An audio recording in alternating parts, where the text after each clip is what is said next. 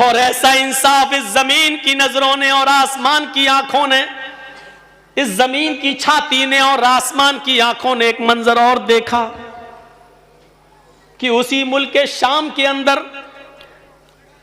हजरत उमर फारूक का बेटा खजूर के सड़ जाने के बाद जो रस होता है उसमें नशा आ गया था, वो नबीज बन गई थी।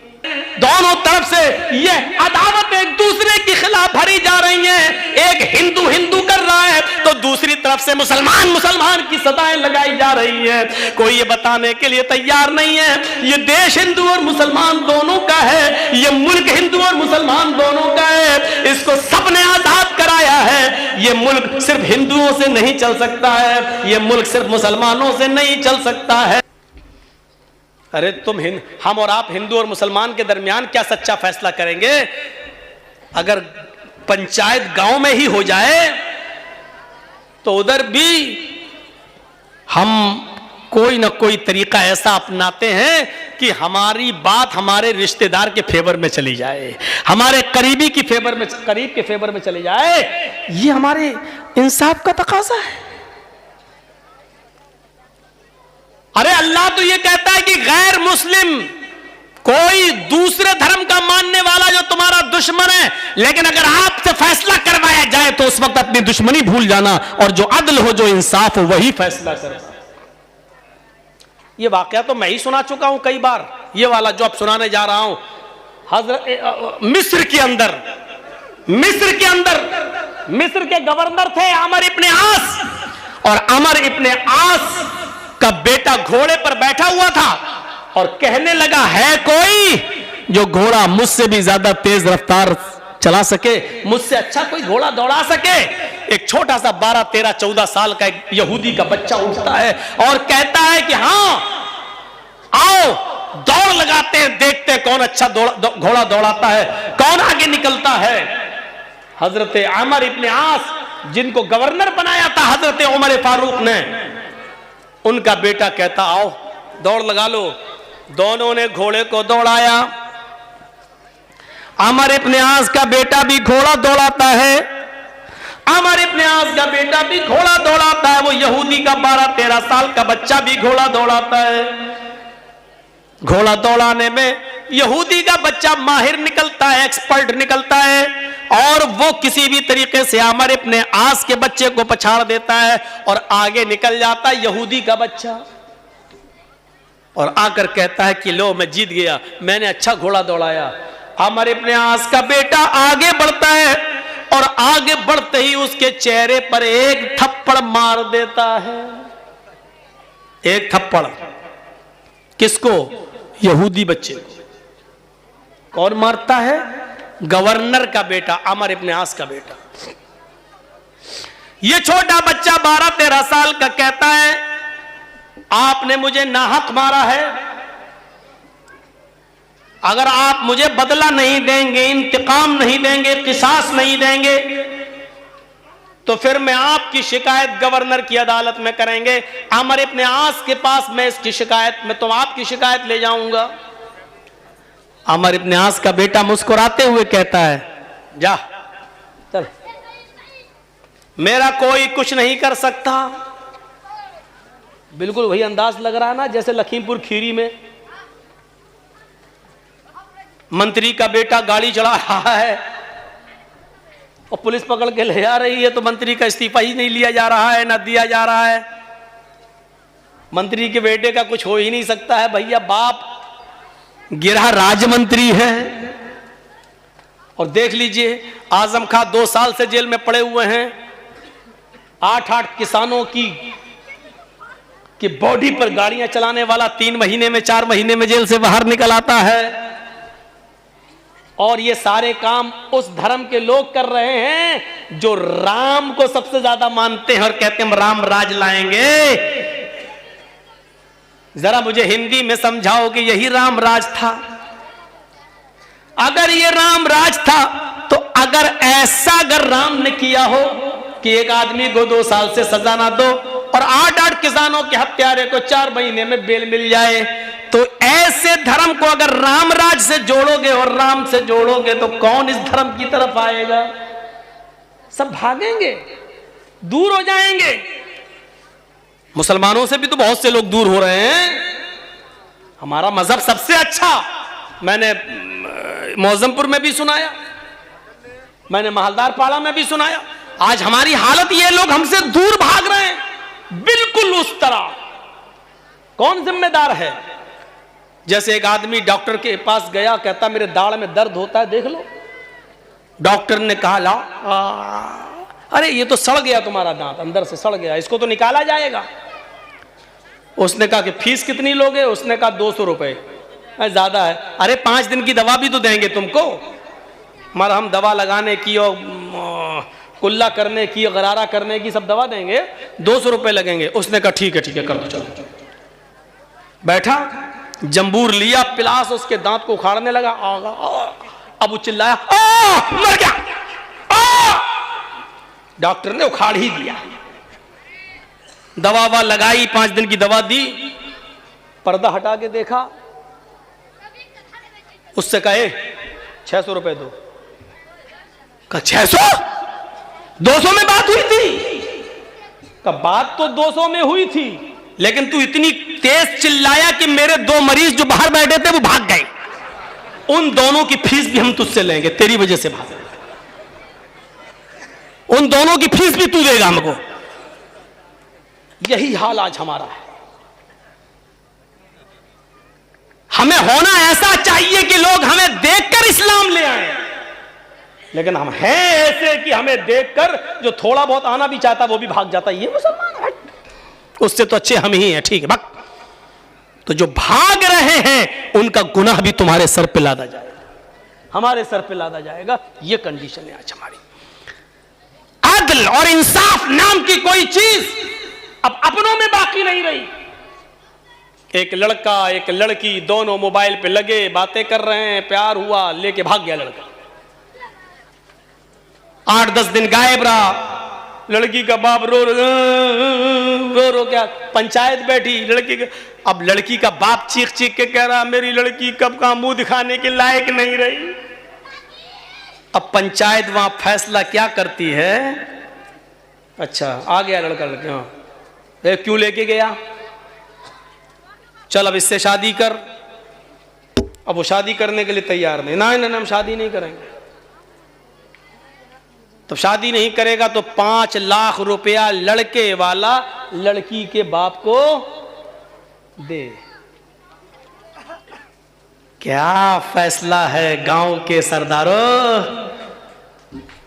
सरपंचों, क्या फैसला है तुम्हारा? इस फैसले को तो अल्लाह देखते ही कह देगा जाओ इस सरदार को जन्नत में दाखिल कर दो। ऐसा फैसला 5 लाख रुपया, 4 लाख रुपया, 3 लाख रुपया, 2 लाख रुपया लड़का क्यों दे? सब लड़का लेके भागा। हाँ तेरी लड़की भागी कैसे? लड़के का कसूर था, लड़की का कसूर नहीं था। इल्जाम सिर्फ लड़के को कैसे दे रहे हो? कुरान तो कहता है वक़र्न फी बुयूतिकुन्ना, औरतों को, लड़कियों को हुक्म देता अपने घरों में लाजिम पकड़े रहो, घरों से बाहर ना निकलो बिला जरूरत। तुम्हारी लड़की कैसे निकली? लड़का भगाया, आपकी लड़की भी भागी। साहब मेरे लड़के ने लड़की के साथ 8-10 दिन रहकर गलत काम किया, जबरदस्ती तो नहीं की है ना? दोनों राजी थे, गलत काम हुआ तो जुर्माना दोनों तरफ से लगना चाहिए, फैसला ये होना चाहिए। लेकिन बड़ा अजीब फैसला, जुर्माना लड़का दे, लड़के का बाप दे लड़की के बाप को। वाह साहब, गलती दोनों करें, सजा सिर्फ एक को दी जाए। ये हमारा अदल है, हमारा इंसाफ है। हम अपने बिरादरी में अदल नहीं कर पाते हैं। हिंदू और मुसलमान, सिख और ईसाई के दरमियान हम अदल क्या करेंगे और इंसाफ क्या करेंगे?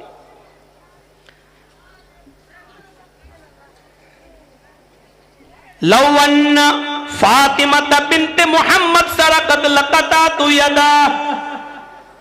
अदल तो यह है कि मेरी बेटी फातिमा ने भी अगर चोरी की होती तो मैं उसका भी हाथ काट डालता। अदल तो यह है। लड़की की तरफ नजर। कुरान, और एक बात सुन लीजिए, बहुत आज खुल के कह दे रहा हूं, लड़का लड़की अगर दोनों कभी भी किसी समाज से भागे हैं, आजकल तो ये फैशन बन गया है, प्यार करना, ये करना, वो करना, अब इस पर तो ज्यादा बोलना ही नहीं चाहिए, जितना बोलेंगे वो और उतना ही और आगे बढ़ रहा है, समझ में नहीं आ रहा क्या हो रहा है। तो लड़का लड़की, एक बात सुन लीजिएगा, बहुत जबरदस्त बात बताने जा रहा हूं। लड़का लड़की जब भी दोनों भागे तो उसमें गलती, समाज में जब फैसला करने के लिए आप बैठो, पंचायत लेकर बैठो, तो उसमें गलती लड़की की मानी जाएगी, लड़के की ज्यादा नहीं। लड़के की मानी जाएगी लेकिन लड़के से ज्यादा लड़की की गलती मानी जाएगी, क्योंकि कुरान इस बात का फैसला कर रहा है। कुरान ने कहा है, कुरान ने अज़्ज़ानियतु वज़्ज़ानी फजलिदू कुल्ला वाहिदतिम मिनहुमा मियता जल्दा। कुरान ने जिना जैसी जुर्म के लिए पहले औरत का, लड़की का लफ्ज इस्तेमाल किया है, बाद में लड़के का। जिना करने वाली लड़की और जिना करने वाला लड़का, जिनाकार मर्द और जिनाकार औरत और जिनाकार मर्द। देखिए पहले औरत का नाम अज़्ज़ानियतु वज़्ज़ानी, ज़ानिया औरत और ज़ानी मर्द, ज़ानिया लड़की और ज़ानिया लड़का। फजलिदू कुल्ला वाहिदतिम मिनहुमा मियता जल्दा, सजा देना है तो दोनों को, इन दोनों में से हर एक को 200 कोड़े मारो उनकी बॉडी पर, उनके जिस्म पर। लड़का है तो उसके जिस्म से कुर्ता भी उतारा जाएगा, सिर्फ लुंगी पहनाई जाएगी, हाथ पीछे से बांध दिए जाएंगे। समाज के अंदर चौराहे पर लाकर खड़ा करके इस जिनाकार लड़के को सबकी आंखों के सामने 100 कोड़े लगाए जाएंगे, 100 कोड़े मारे जाएंगे। लड़की है तो उसके चेहरे से, उसके जिस्म से कमीज नहीं उतारी जाएगी, उसके जिस्म पर कपड़ा रहेगा, ओढ़े हुए रहेगी, और उसी जिस्म पर कपड़े पहने हुए जिस्म पर कोड़े मारे जाएंगे, ताकि उसके जिस्म की बेहुरमती ना हो, उसका जिस्म नुमाया ना हो। लेकिन 100 कोड़े इस लड़की के जिस्म पर भी मारे जाएंगे, बशर्ते ये कि दोनों कुंवारे हों, दोनों में से किसी की शादी ना हुई हो। हाँ, अगर लड़का शादीशुदा है, लड़की कुंवारी, तो लड़की को 100 कोड़े मारे जाएंगे। लड़का कुंवारा शादीशुदा है तो उसको 100 कोड़े नहीं बल्कि दौड़ा दौड़ा कर मैदान में पत्थरों से हलाक कर दिया जाएगा, मार डाला जाएगा। उसकी उस वक्त तक पत्थर बरसाए जाएंगे जब तक कि उसकी रूह उसकी कब्र से उनसुरी से परवाज नहीं कर जाती है। लड़का कुंवारा है, लड़की शादीशुदा है, तो लड़के को 100 कोड़े मारे जाएंगे और लड़की को दौड़ा दौड़ा कर नहीं, क्योंकि शादी उसको सीने के बराबर जमीन में गाड़ कर उसके ऊपर, उसके सर पे पत्थरों की बारिश की जाएगी और उस वक्त तक मारा जाएगा जब तक कि उसकी रूह न निकल जाए। ये मामूली जुर्म नहीं है। मोबाइलों पर बातें करना ये मामूली जुर्म नहीं है। लड़कों से घंटों घंटों लगे रहना, लड़कियों से लगे रहना ये मामूली जुर्म नहीं है जो जिना का दरवाजा खोलता है। इस जिना के दरवाजे के खुलने के बाद तसव्वुर करो कि इंसान किस गुनाह में पड़ जाता है जिसकी सजा इतनी खतरनाक हो कि सुनते ही रूह कांप जाती है। आज के इस मौजूदा दौर में इस सजा को जो लोग रूढ़िवादी सजा कहते थे, लेकिन जब निर्भया का केस हुआ, जब बलात्कार के केस बढ़ते हैं, तो फिर राज ठाकुरे जैसा शिवसेना जो सबसे ज्यादा दुश्मनी में मुलव्वस थी मुसलमानों के, उसके महाना पुरुष को कहने पर मजबूर होना पड़ा कि इस्लाम की सजा कायम करो, पत्थरों से मार मार कर लड़के और लड़की का मुंह काला, जो बलात्कारी उनको मारो। तो सोचो ये ऐसी दर्दनाक सजा है और आखिर ये लागू करना पड़ा पत्थरों से नहीं तो हैदराबाद तेलंगाना की सरजमीन पर जो एक लेडी डॉक्टर के साथ जो गलत काम किया गया और 4 लोगों को पकड़ के जब जेल में डाला गया तो पुलिस पूछताछ के बहाने निकालती है और मौके वारदात पे जहां रेप हुआ वहीं पर ले जाकर चारों लड़कों का इनकाउंटर कर देती है। आज इस चीज की जरूरत पड़ रही है। मेरे भाइयों, जरा तसव्वुर करो कि हम कहां हैं। बहुत आसान है, हमने एक दूसरे के हाथों में मोबाइल दे दिया। गलती लड़की की पहले मानी जाएगी, लड़के की नहीं, क्योंकि अल्लाह ताला ने लड़की का लफ्ज औरत का लफ्ज पहले इस्तेमाल किया है, क्योंकि जिना की इब्तिदा मर्द की बनिस्बत औरत की तरफ से, लड़के की बनिस्बत लड़की की तरफ से ज्यादा होती है। अब क्यों होती है, रीजन क्या है, वो इस मौके पर हम नहीं बता सकते हैं। तो मेरे प्यारे साथियों, हमें और आपको ये चीज लेना पड़ेगी। वला यजरिमन्नकुम शनानु कौमिन अला अल्ला तादिलू, अदल और इंसाफ की बात करो। अदल और इंसाफ हर वक्त होना चाहिए, सबके साथ होना चाहिए, अपनों के साथ भी हो, गैरों के साथ भी हो। इंसाफ का दामन कभी नहीं छूटना चाहिए। वला काजी ये मारा जो ये इसने यहूदी बच्चे को जो मार दिया थप्पड़, तो उसने क्या कहा, यहां से बात मेरी कट गई थी, वो टेनी वेनी निकल गया, वो लखीमपुर खीरी का मामला मेरे जहन में आ गया। तो उस यहूदी बच्चे ने कहा कि मैं मुकदमा दायर करूंगा। तो इसने क्या कहा, अमर इब्न आस के बेटे ने, जा कर दे, मेरा कोई कुछ नहीं कर सकता। लड़के ने कहा नहीं, इंसाफ होगा। कहा इंसाफ कौन करेगा, जिसके पास तू जा रहा है अमर इब्न आस, वो मेरे बाप हैं। लड़का चुप हो गया, तुम्हारे बाप हैं? उसने कोई शिकायत नहीं की, कुछ नहीं कहा। एक महीना गुजर गया। इत्तेफाक देखिए, एक महीने के बाद उस बस्ती का दौरा करते करते करते करते हजरत उमर मिस्र पहुंच गए। हजरत उमर फारूक दौरा करते थे, पूछते थे वहां के लोगों से कि हमने जिसको गवर्नर बनाया उससे कोई शिकायत तो नहीं, काम ठीक कर रहा है कि नहीं कर रहा है, काम अच्छा चल रहा है कि नहीं चल रहा। ये सब दौरा करते थे। हजरत उमर फारूक मिस्र का भी दौरा करते हुए आए और मिस्र में तमाम लोगों को बुलाया और अमर इब्न आस को अपने पास बिठाया और लोगों से पूछा कि बताओ अमर इब्न आस से कोई शिकायत तो नहीं। सब लोग बोले नहीं, कोई शिकायत नहीं, बहुत अच्छा काम, माशाल्लाह, ठीक ठीक, सब कुछ सही। लेकिन वहीं पर 12 साल का 13 साल का छोटा सा बच्चा जो बैठा था, वो कहने लगा, अमीरुल मोमिनीन, मुझे एक शिकायत है। भरे मजमे में तुम ही उठे हो, 12-13 साल का बच्चा, हिम्मत, इधर आओ बेटा, इधर आओ, इधर आओ। उसको बुलाया, आया। क्या हुआ बेटा, बोलो। उसको अपने पास बिठाया ताकि उसके अंदर से डर नाम की कोई चीज बाकी न रहे। अपने पास बुलाने के बाद कहा, बोलो बेटे क्या बात है। कहा, अमीरुल मोमिनीन, अमर इब्न आस के बेटे ने मेरे साथ घोड़ा दौड़ाया कि कौन आगे निकलता है, चलो दौड़ते हैं। घोड़ दौड़ में हम आगे निकल गए। इतनी सी बात इनके बेटे को बुरी लगी और उसने भरे मजमे में सबके सामने मेरे गाल पर एक थप्पड़ मार दिया। हजरत उमर फारूक खड़े हुए, अमर इब्न आस की तरफ नजर डाली। अमर इब्न आस ने जवाब दिया, अमीरुल मोमिनीन, इसमें मेरा कोई कसूर नहीं है, आज तक मुझे ये इत्तला ही नहीं मिली। अच्छा, तो ये बताओ, यहूदी बच्चे, तुमने अमर इब्न आस से शिकायत क्यों नहीं की?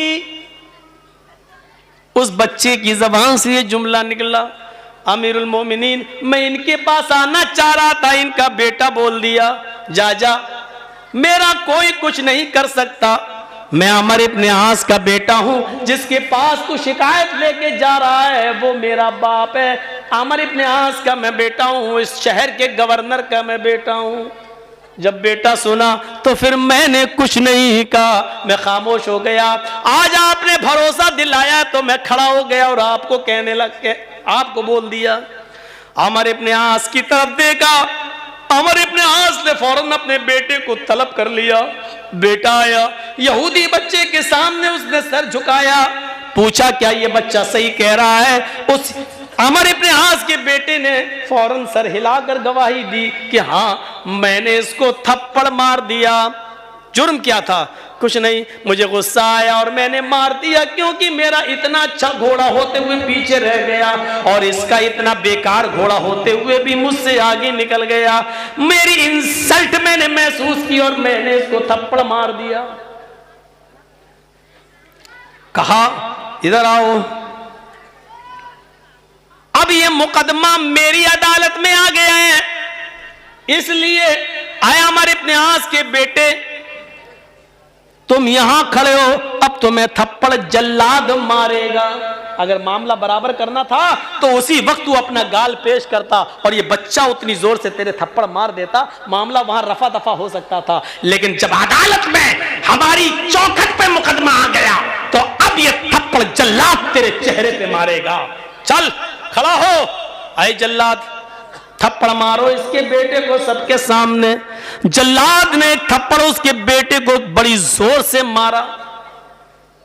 हजरत उमर फारूक ने कहा, आए अमर इब्न आस, आपके बेटे को थप्पड़ पड़ गया है, अब आप इधर आइए। ये इंसाफ कोई करेगा? इधर आओ। आए जल्लाद, जितनी जोर से थप्पड़ इस बेटे को मारा है वैसा एक जोरदार थप्पड़ इस बाप को लगाओ, अमर इब्न आस को लगाओ। जमीन कांप गई होगी, आसमान थर्रा गया होगा इस इंसाफ को देखकर। जल्लाद ने उमर का कहना मानते हुए एक जोरदार थप्पड़ अमर इब्न आस के भी गवर्नर को भी मारा, सबके सामने। अमर इब्न आस ने कहा, अमीरुल मोमिनीन, थप्पड़ सबके सामने पड़वाया गया, मुझे इसकी कोई दिक्कत नहीं है, लेकिन क्या मैं जान सकता हूं, क्या मैं पूछ सकता हूं कि मुझे किस जुर्म में मारा गया? जिसने यहूदी बच्चे को थप्पड़ मारा उसको थप्पड़ मार दिया गया, मामला तो बराबर हो गया। मुझे किस जुर्म में थप्पड़ मारा गया क्या मैं जान सकता हूं? आपने कभी बेइंसाफी नहीं की है, क्या मुझे बतला सकते हैं कि मेरे साथ किस बुराई की वजह से ये इंसाफ किया जा रहा है? मैंने कौन सा गुनाह किया, मैंने कौन सी गलती की? जवाब सुनो। हजरत उमर ने कहा, तुम्हें इस जुर्म पे थप्पड़ मारा जा रहा है, तुम्हारी गलती यह है कि तुमने अपने बेटे की सही तरबियत नहीं की, तुमने अपने बेटे को सही तालीम नहीं दी। अगर सही तालीम दी होती तो तुम्हारा बेटा ये नहीं कहता, जा जा मेरा कोई कुछ नहीं कर सकता है, मैं अमर इब्न आस का बेटा हूं, मैं शहर के गवर्नर का बेटा हूं। तुमने ये नहीं कहा कि मैं भी अल्लाह का एक बंदा हूं, तुम्हारे बेटे को यह मालूम है कि तुम गवर्नर हो, जबकि ये खुशी की बात नहीं है, तुम एक जिम्मेदार इंसान हो, तुम्हें लोगों की खिदमत के लिए भेजा गया है। तुम्हें मालूम होना चाहिए कि गवर्नर ज्यादा जवाबदेह होता है, ज्यादा जवाबदेह होता है। लिहाजा यह थप्पड़ तुम्हें याद दिलाता रहेगा और आइंदा तुम अपने बेटे को अच्छी तरबियत दोगे, अच्छी तालीम दोगे, आइंदा तुम्हारा बेटा कभी अपने मुंह से ही जुमला नहीं निकालेगा कि मैं गवर्नर का बेटा। क्या हो रहा है? गवर्नर का, मंत्री का बेटा, फला का बेटा, यही सब तो होता है। यह आदल था, यह इंसाफ था, और ऐसा इंसाफ इस जमीन की नजरों ने और आसमान की आंखों ने, इस जमीन की छाती ने और आसमान की आंखों ने एक मंजर और देखा कि उसी मुल्क के शाम के अंदर हजरत उमर फारूक का बेटा खजूर के सड़ जाने के बाद जो रस होता है उसमें नशा आ गया था, वो नबीज बन गई थी और उसने उठाया और पी लिया और उसमें नशा आ गया था। यह खबर जब वहां के गवर्नर को मिली तो उस गवर्नर ने हजरत उमर फारूक के बेटे को बुलाया और पूछा, क्या तुमने नबीज पी ली थी, नशा इस्तेमाल कर लिया था? उसने कहा, हां, नबी रखी हुई थी खजूर का रस, वो सड़ चुका था, मुझे पता नहीं चल सका कि ये सड़ गया और इसमें नशा आ गया था। मैंने जब पी ली तो पीने के बाद मुझे नशा आ गया। हाँ मैंने ये गलती की है, मैंने नशा कर लिया था। कहा खड़े हो जाओ। हजरत उमर फारूक के बेटे पर 40 कोड़े मार दिए गए, 40 कोड़े पड़ गए। लेकिन मदीने में जब हजरत उमर को पता चला कि मेरे बेटे को मुल्क शाम में शराब पीने के, नबीज पीने के, नशे वाली चीज इस्तेमाल करने की वजह से नशा आ गया था, पता चला कि वहां के गवर्नर ने उनको 40 कोड़े मार दिए। इसके बावजूद हजरत उमर फारूक ने घोड़ा भेजा, मदीने से घोड़ा भेजा, और घोड़ा भेजने के बाद वहां के अमीर को, वहां के खलीफा को, गवर्नर को लेटर लिखा कि मेरे बेटे को तुरंत इस घोड़े पर बैठाकर मदीने भेजा जाए। घोड़ा मुल्क शाम पहुंचता है, रुका मिलते ही हमारे इब्ने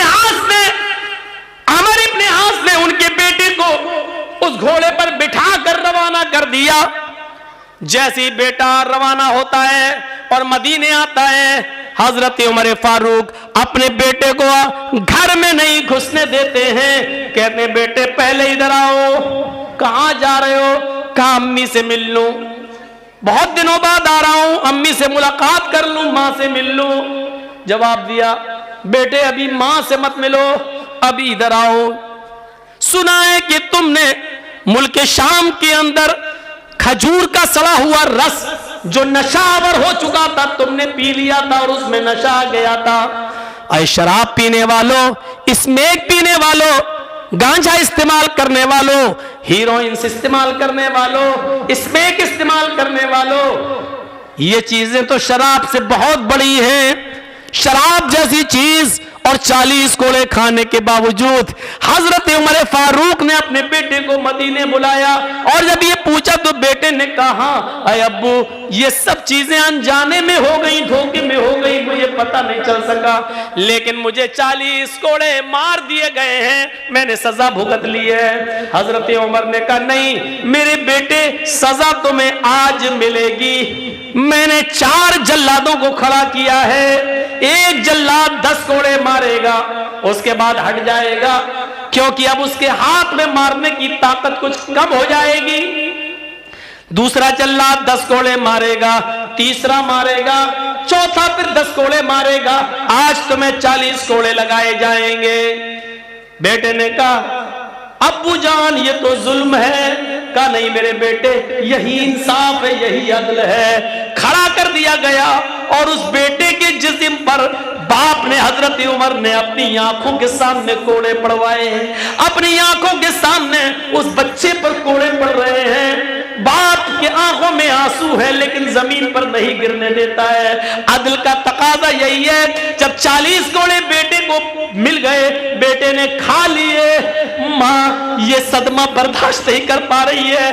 कोई भी हो लखते जिगर होता है, बेटा बेटा होता है, लेकिन उसने तुतलाते हुए जबान में पूछ ही लिया अमीरुल मोमिनीन मेरे बेटे को ये बाद में 40 कोड़े किस हैसियत से मारे गए हैं? अरे मेरे शौहर जब 40 कोड़े मुल्क शाम में पड़ चुके थे तो यहाँ किस जुर्म में उसको कोड़े लगाए जा रहे हैं? हजरत उमर ने जवाब दिया अरे मेरी बीवी और अरे समाज के लोगों, मैंने ये कोड़े इसलिए यहाँ लगाए क्योंकि मुझे यकीन नहीं है हजरत अमर इब्ने आस ने मेरे बेटे पर जो कोड़े मारे हैं वो जोर से कोड़े मारे गए होंगे, वो पूरी ताकत से कोड़े बरसाए गए होंगे। मुझे उम्मीद नहीं है क्योंकि जब मेरे बेटे को कोड़े मारे जा रहे होंगे तो अमर इब्ने आस के सामने ये बात रही होगी कि ये उमर फारूक का बेटा है, और जिस जल्लाद ने कोड़े मारे होंगे वो भी मालूम होगा कि उमर का बेटा है, तो जितनी जोर से कोड़ा मारना चाहिए उतनी जोर से मेरे बेटे को कोड़ा नहीं मारा गया होगा, इसलिए कि ये उमर का बेटा है, इसके साथ रियायत की गई होगी। मेरी बीवी और समाज के लोगों, मुझे अमर इब्ने आस और वहां के जल्लाद के कोड़ों पर एतबार नहीं है, इसलिए मैंने अपनी आंखों के सामने इन जल्लादों से 40 कोड़े मरवाए हैं, पड़वाए हैं। अब मुझे यकीन है कि मेरे कोड़े को, मेरे बेटे बेटे को जो सजा मिली वो सही, अब मैं कयामत के दिन अल्लाह के सामने, अर्श के सामने खड़े होकर कह सकता हूं कि मैंने अपने बेटे को अपनी आंखों के सामने सजा दिलवाई। ये अदल था, ये अदल। और इस अदल के बिना मेरे भाइयों इंसानियत जिंदा नहीं रह सकती है।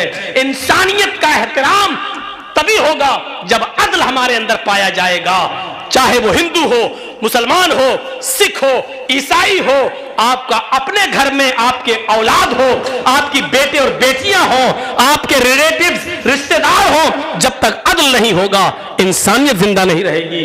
इंसानियत को जिंदा रखना है तो अदल का तकाजा है मेरे भाइयों कि सबके साथ अदल किया जाए। वला यजरिमन्नकुम शनानु कौमिन अला अल्ला तादिलू इअदिलू हुवा अक़रबु लित्तक़वा। सबके साथ इंसाफ करो और यही तक़वा के ज्यादा करीब है। और इंसानियत का दर्स देता है कुरान। गैर मुस्लिमों के पंडितों को, सिखों के गुरुओं को, ईसाइयों के पादरियों को, यहूदियों के राहिबों को, जैन धर्म के मुनियों को आप गाली नहीं दे सकते हैं। किसी भी दूसरे मजहब के बुजुर्गों को आप गाली नहीं दे सकते हैं। वला तसुब्बुल्लज़ीना यदऊना मिन दूनिल्लाह, अल्लाह को छोड़कर जो दूसरों की इबादत करते हैं, दूसरों की पूजा करते हैं, तुम उनको गाली मत दो। कुरान कह रहा है वला तसुब्बुल्लज़ीना यदऊना मिन दूनिल्लाह, अल्लाह के अलावा जो दूसरे माबूदों की, दूसरे खुदाओं की पूजा करते हैं, इबादत करते हैं, तुम उनको गाली मत दो। फयसुब्बुल्लाह अदवन बिगैरि इल्म, ऐसा ना हो कि तुम उनके बुजुर्गों को, उनके महान पुरुषों को तुम गाली दो तो जवाब में वो तुम्हारे अल्लाह को, तुम्हारे रब को गाली दे बगैर इल्म के। ये लीजिए, जवाब में कहीं ऐसा ना हो कि वो तुम्हारे रब को गाली दे। ऐसा होता है ना, ऐसा होता है। ये क्या था? इन 5, 6, 20, 25, 50 लड़कों ने घेर कर एक लड़की से कहा, क्या कहा? जय श्री राम, जय श्री राम। इसने जवाब में कहा अल्लाहू अकबर, अल्लाहू अकबर। ये क्या था? ये क्या था? हम किसी गैर मुस्लिम से कहें तेरे भगवान की ऐसी की तैसी, तो वो क्या कहेगा? कठमुल्ला, तेरे अल्लाह की ऐसी की तैसी। हुआ क्या? ये बिल्कुल वही है अपने रब को गाली देना। अल्लाह के रसूल ने कहा कि तुम लोग अपनी मां को गाली मत दो। सहाबा ने कहा अल्लाह के रसूल अपनी मां को कौन गाली दे सकता है? आपने कहा तुम दूसरों की मां को गाली दोगे, जवाब में वो तुम्हारी मां को गाली देंगे। तो इसका मतलब यह है कि तुम खुद जिम्मेदार हुए अपनी मां की गाली के।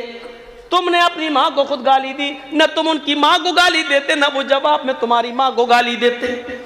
तुम दूसरों के खुदाओं को बुरा कहोगे तो वो तुम्हारे असली रब को बुरा कहेंगे। तुम उनके झूठे माबूदों को गाली दोगे तो वो तुम्हारे सच्चे माबूद को गाली देंगे। कुरान ने कितनी बड़ी अच्छी और हिकमत भरी बात कही है, वला तसुब्बुल्लज़ीना यदऊना मिन दूनिल्लाह फयसुब्बुल्लाह अदवन बिगैरि इल्म। तुम दूसरों के माबूदों को गाली मत दो, दूसरों के बुजुर्गों को गाली मत दो। जो अल्लाह को छोड़कर दूसरों की इबादत करते हैं, तुम उनको गाली मत दो। ऐसा न हो कि वो तुम्हारे अल्लाह को दुश्मनी में गाली देने लगे और इल्म न हो, यानी जिहालत की वजह से गाली देने लगे।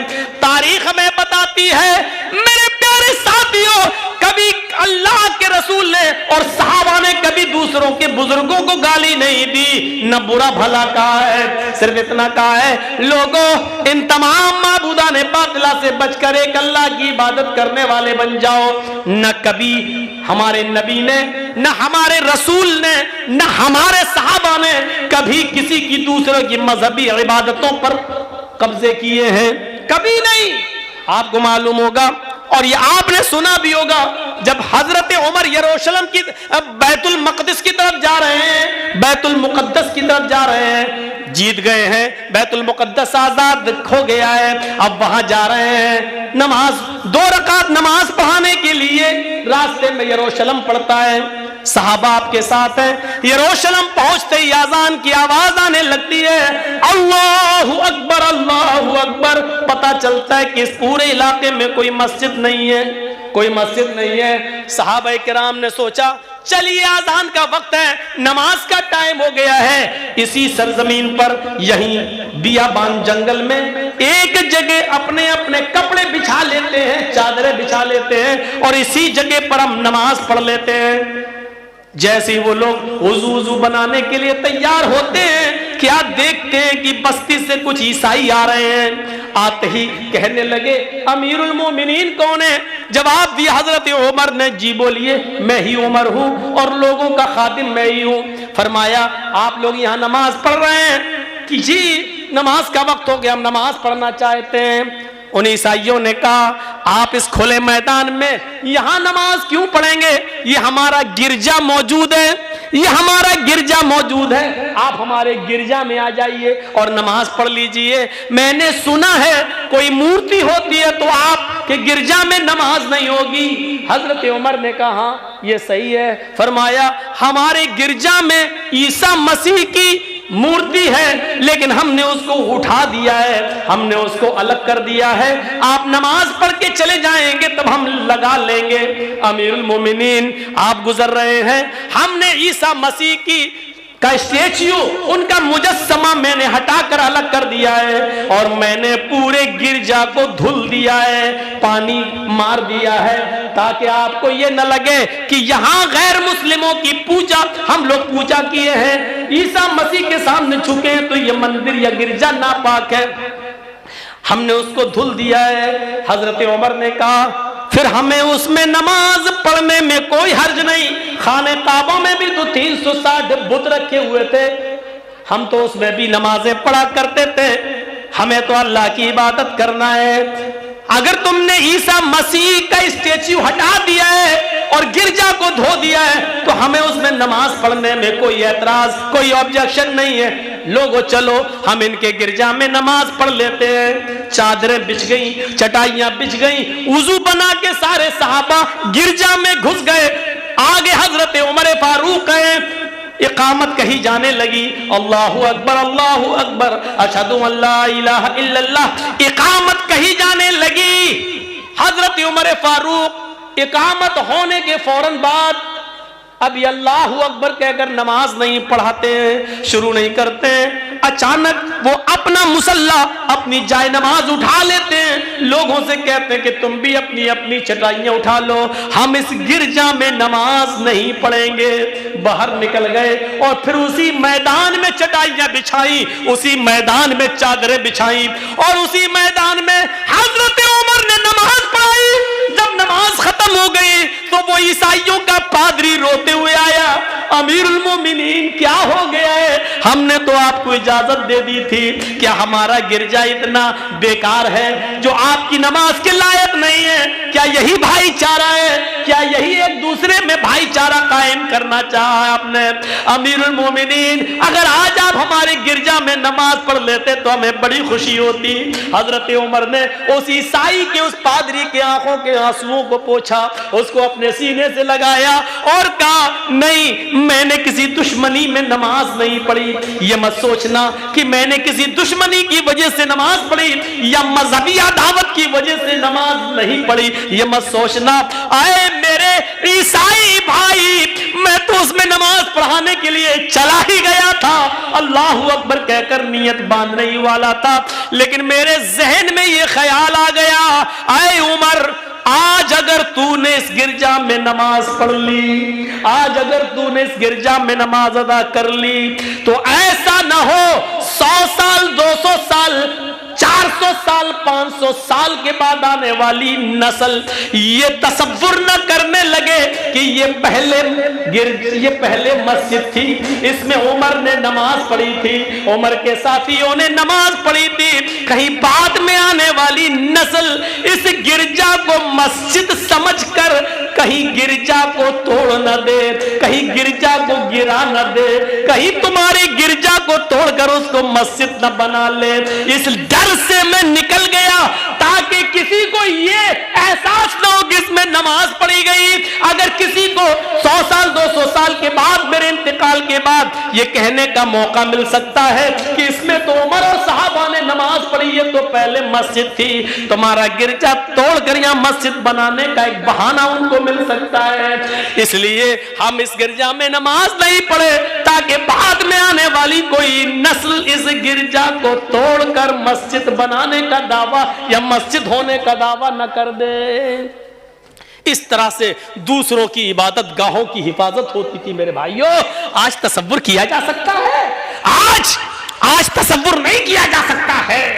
आज तो जिसकी लाठी उसी की भैंस, अदल और इंसाफ नाम की सारी चीजें उड़ चुकी हैं, इसलिए इंसानियत भी उड़ चुकी है। आज देख लो मेरे भाइयों, कल तक एक मुसलमान दाढ़ी वाला स्कूटर चलाता था तो उसका दोस्त उसके पीछे शंकर भगवान की मूर्ति लेकर या गणेश की मूर्ति लेकर बैठ जाता था कि मुझे मेरे घर तक छोड़ दो, और वो मुसलमान दाढ़ी वाला स्कूटर चलाते हुए, मोटरसाइकिल चलाते हुए उसको उसके घर तक छोड़ देता था कि चलो, हमें तुम्हारी आस्था से क्या मतलब, शंकर की मूर्ति हो या गणेश की, हम तुम तो भाई भाई हैं, हमारा और आपका खून तो एक ही है, आप भी आदम की औलाद, मैं भी आदम की औलाद। लेकिन मेरे भाइयों, यहाँ तो तसव्वुर ही दूसरा है। यहाँ तो हालात ऐसे हैं कि कम कपड़े पहनोगी, जिस्म से कपड़े जितने तुम्हारे उतरेंगे उतना बड़ा तुम्हें अवार्ड दिया जाएगा, जैसे कंगना रनावत को दिया गया है। यह अफसोस है, यह हमारे इस देश की सबसे बुरी परंपरा है कि जिसके जिस्म पर कपड़े जितने कम हो, जो जितनी ज्यादा नंगी हो, आज उसको पद्मश्री अवार्ड से नवाजा जाता है। और जो बेटी अपने जिस्म पर जितना ज्यादा कपड़ा और हिजाब के साथ जाए, आज उसके जिस्म से हिजाब नोचने की कोशिश की जाती है, उसको नंगा करने की कोशिश की जाती है। जिस मुल्क के अंदर बेटियों के साथ ये सलूक किया जाए, जिस मुल्क के अंदर बच्चियों के साथ ये सलूक किया जाए, उस मुल्क के अंदर भाईचारा कैसे कायम करोगे? उस मुल्क के अंदर हिंदू और मुसलमान दोनों को एक करने की कैसे कोशिश करोगे? जो खाइयां इस सरकार ने और गवर्नमेंट ने पैदा कर दी हैं, मेरे भाइयों, बाद में आने वाली नस्लें भी इसको भर नहीं पाएंगी। जो नफरतें और जो कदूरतें और जो दुश्मनियां मेरे भाइयों इस सरकार ने एक दूसरे के दिलों में भरने की कोशिश की है, दोनों तरफ से ये कदूरतें भरी जा रही हैं, दोनों तरफ से ये अदावत एक दूसरे के खिलाफ भरी जा रही है। एक हिंदू हिंदू कर रहा है तो दूसरी तरफ से मुसलमान मुसलमान की सदाएं लगाई जा रही है। कोई ये बताने के लिए तैयार नहीं है ये देश हिंदू और मुसलमान दोनों का है, ये मुल्क हिंदू और मुसलमान दोनों का है, इसको सबने आजाद कराया है। ये मुल्क सिर्फ हिंदुओं से नहीं चल सकता है, ये मुल्क सिर्फ मुसलमानों से नहीं चल सकता है। ये मुल्क तभी चलेगा जब कांटा राम को चुभे और उसका दर्द रहीम के दिल में हो, और जब रहीम की बेटी मरे तो उसका दर्द और उसकी तकलीफ राम को हो। जब तक ये एहसास हमारे अंदर पैदा नहीं होगा, ये मुल्क मेरे भाइयों तरक्की की राह पर गामजन नहीं हो सकता है, तरक्की की राह पर नहीं चल सकता है। जरूरत है उसी राम के दर्द को रहीम समझे और रहीम की तकलीफ को राम समझे। ये जरूरत है, वक्त का तकाजा है, और वक्त की अहमियत को समझने की कोशिश हमें और आपको सबको करने की जरूरत है। इस वक्त इस भाईचारे की जरूरत है। वला तसब्बुल्लज़ीना यदऊना मिन दूनिल्लाह, तुम दूसरों के बुजुर्गों को गाली मत दो, वरना जवाब में वो तुम्हारे अल्लाह को गाली देंगे दुश्मनी में बगैर इल्म के। अब देख रहे हो कैसे एक मुसलमान से कहा जा रहा है, वीडियो देखिए आप, देखने की हिम्मत नहीं होती है, जमीन पर थूका जा रहा है, उससे कहा जा रहा है चाट, बोल अल्लाह को मां की गाली। तसव्वुर करो क्या है, अल्लाह के लिए मां का लफ्ज इस्तेमाल, मां की गाली, बहन बेटी की गाली, और उस दाढ़ी वाले की दाढ़ी पकड़कर नोचते हुए कहा कबोल जय श्री राम। ये कौन सा? ये तो हमारे मजहब के अंदर भी नहीं है। ला इकराहा फिद्दीन, दीन में जबरदस्ती नहीं है ही नहीं। अगर जबरदस्ती किसी की कंपट्टी पर बंदूक रखकर अगर आपने किसी को मुसलमान किया तो उसका इस्लाम माना ही नहीं जाएगा, उसकी नमाज मानी नहीं जाएगी, उसका रोजा माना ही नहीं जाएगा। कोई चीज नहीं है ये। हमें समझने की जरूरत है, हम दूसरों के बुजुर्गों को क्यों बुरा भला कहें। हदीसें पढ़िए, अल्लाह के नबी तो फरमाते इरहमू मन फिल अर्ज़ यरहमुकुम मन फिस समा।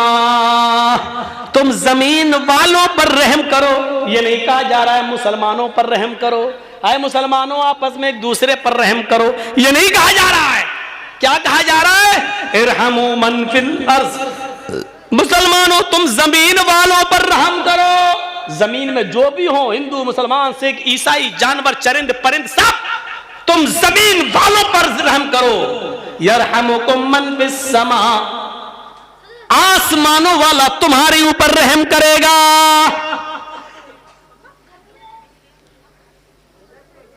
हमारे पड़ोस में एक हिंदू रहता है, उसका बच्चा बीमार है, हॉस्पिटल के अंदर एडमिट है, रमजान का महीना चल रहा है। डॉक्टर ने कहा इसको 1 बोतल खून की जरूरत है, ऑपरेशन होगा। बाप का ब्लड मैच नहीं खा रहा है बेटे के ब्लड से।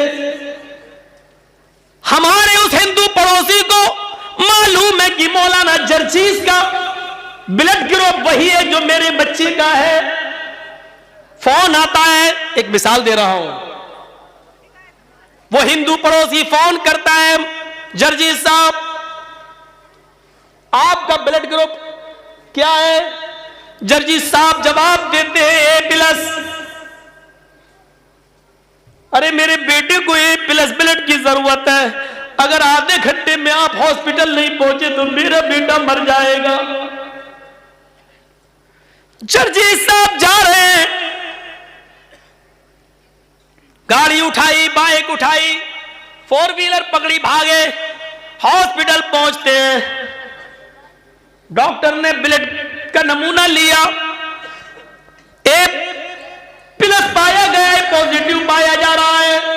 हाँ ठीक है, लेट जाओ। जर्जीज साहब लेट गए, लेकिन मसला मालूम है कि रोजे की हालत में 1 ब्लड बॉटल ब्लड नहीं दिया जा सकता। खून की जांच मलेरिया या बुखार टेस्ट करने के लिए 2 ml 3 ml 5 ml ब्लड निकाला जा सकता है रोजे की हालत में, उससे रोजा नहीं टूटेगा। लेकिन 1 बोतल ब्लड रोजे की हालत में देना जायज नहीं है। इधर उस हिंदू बच्चे की जिंदगी बचाना भी जरूरी है।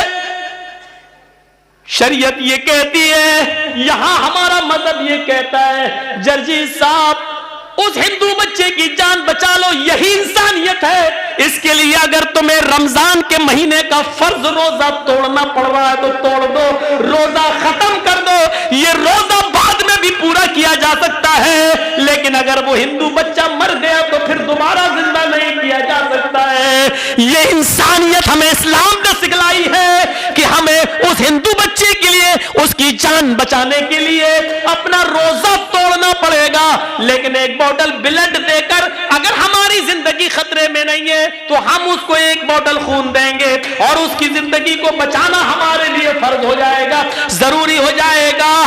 जो मजहब गैर मुस्लिमों के बच्चों की जान बचाने के लिए ब्लड देने को जायज ही नहीं बल्कि जरूरी करार दे रहा हो और उसके लिए अपनी महज मखसूस इबादत रोजा तक तोड़ने का हुक्म दे रहा हो, उस मजहब की इंसानियत का मुकाबला दुनिया का कोई मजहब नहीं कर सकता है। इस इस्लाम की इंसानियत का तकाजा और उसके फजीलत को दूसरे मजहब के अंदर अशरे अशीर उसका 10वां हिस्सा भी, उसका 1/10 भी नहीं दिखाई देगा, 10वां हिस्सा भी नजर नहीं आएगा। दुनिया के सारे मजहब इससे खाली है, जरा तसव्वुर करो। लेकिन इस मुल्क के अंदर हालत यह है कि अगर गोरखपुर के हॉस्पिटल में ऑक्सीजन की कमी हो जाए, सरकार की बदनामी हो रही है और डॉक्टर कफील जैसा आदमी अगर अपने घर से ऑक्सीजन लाकर बच्चों को ऑक्सीजन देने का काम करता है तो देशद्रोही का मुकदमा उस पर लग जाता है, उस पर देश के साथ गद्दारी करने का इल्जाम लगा, उसको जेल की सलाखों में डाल दिया जाता है। और जो हुक्मरान बने बैठे हैं जिनकी जिम्मेदारी है इन बच्चों को ऑक्सीजन पहुंचाने की, शमशानों में मिलते हैं और गंगा की में नहाते हुए उनकी लाशें दिखाई देती हैं। मेरे भाइयों, ये देश के फेवर में है, और जो अपने घरों से ऑक्सीजन लेकर आए और बच्चों को चढ़ाए, ये देशद्रोही है। जरा तसव्वुर करो, यहाँ इंसानियत मर चुकी है। अब कहां इंसानियत को हम तलाश करने के लिए जाएंगे, कहां ढूंढेंगे? गौर कीजिए, मैं जानता हूं कि हिंदू धर्म हमें इस चीज की तालीम नहीं देता है। हिंदू धर्म तो हमें इंसानियत का दर्स देता है। रामचंद्र जी ने भी हमें इंसानियत का दर्स दिया है, लक्ष्मण ने भी इंसानियत का पाठ पढ़ाया है। राम के मानने वाले गलत हो सकते हैं, राम ने हमें गलत चीज नहीं बताई है। कृष्ण जी ने हमें गलत नहीं बताया है, कृष्ण जी गलत नहीं है। कृष्ण के मानने वाले गलत हो सकते हैं, वो दुश्मनी का शिकार हो सकते हैं। मोहम्मद रसूलुल्लाह गलत नहीं है, मोहम्मद के मानने वाले दुश्मनी का शिकार हो सकते हैं। मेरे भाइयों, कुरान गलत नहीं है, कुरान के मानने वाले गलती कर सकते हैं, इसमें कुरान का कसूर नहीं है। मेरे भाइयों, इसीलिए तो कहता हूं कि चंद लोगों की वजह से आज इंसानियत खत्म होती जा रही है, चंद लोगों की वजह से आज इंसानियत मिटती जा रही है। ये खाई इतनी गहरी होती जा रही है कि इसको पुर करने में और भरने में बहुत दिन लगेंगे, कई साल लगेंगे। हमारा मुल्क बहुत पीछे चला जा रहा है, पीछे की तरफ जा रहा है। इसको अपनी पटरी पे आने में बहुत साल लगेंगे, और ये तभी पूरा होगा जब प्यार और प्रेम मोहब्बत एक दूसरे से करने लगेगा, तब जाकर ये खाई पूरी होगी। इसको हमें और आपको समझने की जरूरत है, अपना मुहासिबा करने की जरूरत है, अपना हिसाब लेने की जरूरत है। मेरे भाइयों, आज तबीयत थोड़ी सी नासाज होने के बावजूद भी मैंने तकरीबन 1.25 घंटे आपके लिए लिए हैं। 2 घंटे से आज तो सोच रहा था कि 1.5 घंटा बोलकर तकरीर ख़त्म कर देंगे 12 बजे, लेकिन चलिए, जब जज्बात में बह गया तो बह गया। हम अल्लाह से दुआ करते हैं कि बारे अल्लाह हमारे अंदर इंसानियत पैदा फरमा दे, अल्लाह इंसानियत को समझने की हमें तौफीक अता फरमा, इंसानियत हमारे अंदर कूट कूट के भर दे। अल्लाह, इस मुल्क के अंदर तकलीफ किसी गैर मुस्लिम को हो तो उसका दर्द हमें हो, और जब हमें तकलीफ पहुंचे तो इसका दर्द गैर मुस्लिम को हो। हमें आपस में ऐसा भाई भाई बना दे। बारेला, जब तक तो हमें जिंदा रख, इस्लाम पे जिंदा रखना, और जब हमारा खात्मा हो तो ईमान पर हमारा खात्मा फरमाना। वमा अलैना इल्लल बलागुल मुबीन व आखिरु दअवाना अनिल हम्दुलिल्लाहि रब्बिल आलमीन। अस्सलामु अलैकुम व रहमतुल्लाहि व बरकातुहू।